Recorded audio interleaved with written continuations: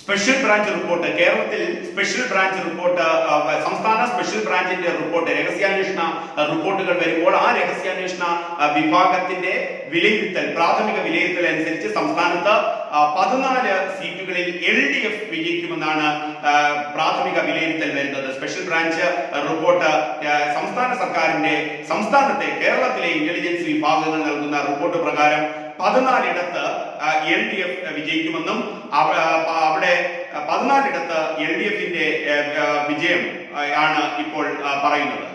കേന്ദ്രത്തിന്റെ റിപ്പോർട്ട് പ്രകാരമാണ് 14 മണ്ഡലങ്ങളിൽ LDF വിജയം നേടും എന്ന് പറയുന്നു.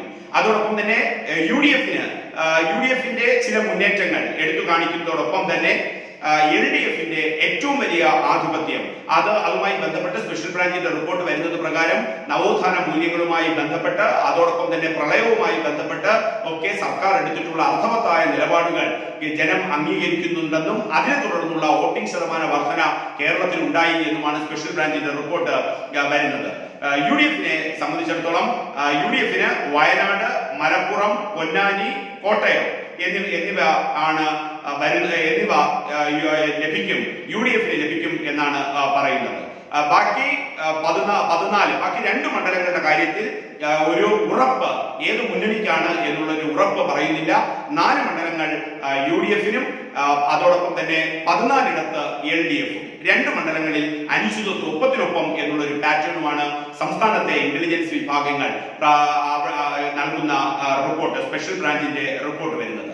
അപ്പോൾ സംസ്ഥാന സർക്കാരിന്റെ നേട്ടങ്ങൾ, ഈ സ്പെഷ്യൽ ബ്രാഞ്ച് റിപ്പോർട്ട് പ്രകാരം പോളിംഗ് ശതമാനം ഉയർന്നതിനെ കുറിച്ച് അവർ മെൻഷൻ ചെയ്യുന്നത് സംസ്ഥാന സർക്കാരിന്റെ നേട്ടങ്ങൾ, ഒപ്പം നവോത്ഥാന മൂല്യങ്ങളുമായി ബന്ധപ്പെട്ട് സംസ്ഥാന സർക്കാർ എടുത്തിട്ടുള്ള ധീരമായ അർത്ഥവത്തായ ഇടപെടലുകൾ, അതോടൊപ്പം തന്നെ പ്രളയവുമായി ബന്ധപ്പെട്ട് കേരളം ചരിത്രത്തിൽ ഇല്ലാത്ത വിധം പ്രളയക്കെടുതിയിൽ മുങ്ങിയപ്പോൾ അവിടെ ആ പ്രളയത്തിൽ ആഴ്ന്നുപോയ കേരളത്തെ കൈപിടിച്ചുയർത്താൻ പിണറായി സർക്കാർ എടുത്തിട്ടുള്ള നീക്കങ്ങളും നിലപാടുകളും വോട്ടർമാർക്കിടയിൽ മതിപ്പുണ്ടാക്കിയിട്ടുണ്ട്.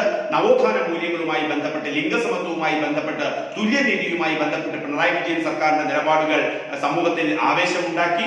ആ ആവേശമൊക്കെയാണ് വോട്ടിംഗ് പാറ്റേൺ വർദ്ധിക്കുന്നതിൽ കണ്ടതും. അതിനെ തുടർന്ന് ഏതു തരത്തിലാണ് ഒരു റിസൾട്ട് കേരളത്തിലേക്ക് എന്നുള്ളത് സ്പെഷ്യൽ ബ്രാഞ്ച് തയ്യാറാക്കുമ്പോൾ 14 ലോക്സഭാ മണ്ഡലങ്ങളിൽ LDF വിജയിക്കുമെന്നും 4 ലോക്സഭാ മണ്ഡലങ്ങളിൽ UDF വിജയിക്കുമെന്നും 2 ഇടത്ത് ഇഞ്ചോടിഞ്ച് പോരാട്ടം എന്നുമാണ് പറഞ്ഞു വെക്കുന്നത്. അവിടെ UDF 100% വിജയിക്കുന്ന മണ്ഡലങ്ങളായി സംസ്ഥാനത്തെ രഹസ്യാന്വേഷണ വിഭാഗങ്ങൾ സ്പെഷ്യൽ ബ്രാഞ്ച് അടക്കം നൽകുന്ന റിപ്പോർട്ടിൽ വയനാട് രാഹുൽ ഗാന്ധിയാണ് വിജയിക്കുക എന്ന് തന്നെയാണ് സ്പെഷ്യൽ ബ്രാഞ്ച് സംസ്ഥാനത്തെ ഇന്റലിജൻസ് വൃത്തങ്ങൾ നൽകുന്ന സൂചന. മലപ്പുറത്ത് PK കുഞ്ഞാലിക്കുട്ടി, പൊന്നാനിയിൽ ET മുഹമ്മദ് ബഷീർ, കോട്ടയത്ത് അത് KM മാണിയുടെ മരണവുമായി ബന്ധപ്പെട്ട്, ദേഹവിയോഗവുമായി ബന്ധപ്പെട്ടുള്ള സഹതാപ തരംഗം തോമസ് ചാഴിക്കാടൻ, ഈ 4 മണ്ഡലങ്ങൾ UDF വിജയിക്കും. അതേസമയം എറണാകുളത്തും മാവേലിക്കര, ഈ 2 മണ്ഡലങ്ങളിൽ അനിശ്ചിതത്വം നിലനിൽക്കുന്നുണ്ട് എന്നും പറയുന്നുണ്ട്. എറണാകുളത്തെ സംബന്ധിച്ചിടത്തോളം P രാജീവാണ് LDF സ്ഥാനാർത്ഥി, ഹൈബി ഈഡനാണ് UDF സ്ഥാനാർത്ഥി. ഇഞ്ചോടിഞ്ച് മത്സരം നടക്കുന്നു. വ്യക്തമായ ഒരു നിർവചനം നടത്താൻ സാധിക്കില്ല എന്ന് സംസ്ഥാനത്തെ ഇന്റലിജൻസ് വൃത്തങ്ങൾ പറയുന്നു. അതോടൊപ്പം തന്നെ മാവേലിക്കരയിൽ കൊടിക്കുന്നിൽ സുരേഷാണ് UDFന്റെ സ്ഥാനാർത്ഥി. ചിറ്റയം ഗോപകുമാർ CPIയുടെ സിറ്റിംഗ് MLA, അദ്ദേഹമാണ് അവിടെ LDFന്റെ സ്ഥാനാർത്ഥി. അവിടെ ഇഞ്ചോടിഞ്ച് മത്സരം നടന്നിട്ടുണ്ട്. പക്ഷേ വ്യക്തമായ ഒരു തീരുമാനത്തിലെത്താൻ സ്പെഷ്യൽ ബ്രാഞ്ചിന് സാധിക്കുകയും ചെയ്യുന്നില്ല. അപ്പോൾ വയനാടും മലപ്പുറവും പൊന്നാനിയും കോട്ടയവും UDFന് നൽകിക്കൊണ്ടും ബാക്കി 14 ഇടത്ത് LDF വിജയിക്കുമെന്നും 2 ഇടത്ത് മാവേലിക്കരയിലും എറണാകുളത്തും പ്രവചനാതീതമാണ് എന്നും സംസ്ഥാനത്തെ ഇന്റലിജൻസ് വിഭാഗങ്ങൾ നൽകുന്ന പ്രാഥമിക വിലയിരുത്തൽ പ്രകാരം ഒരു ഫലത്തിന്റെ രീതിയിൽ വിലയിരുത്തലുണ്ടാകും.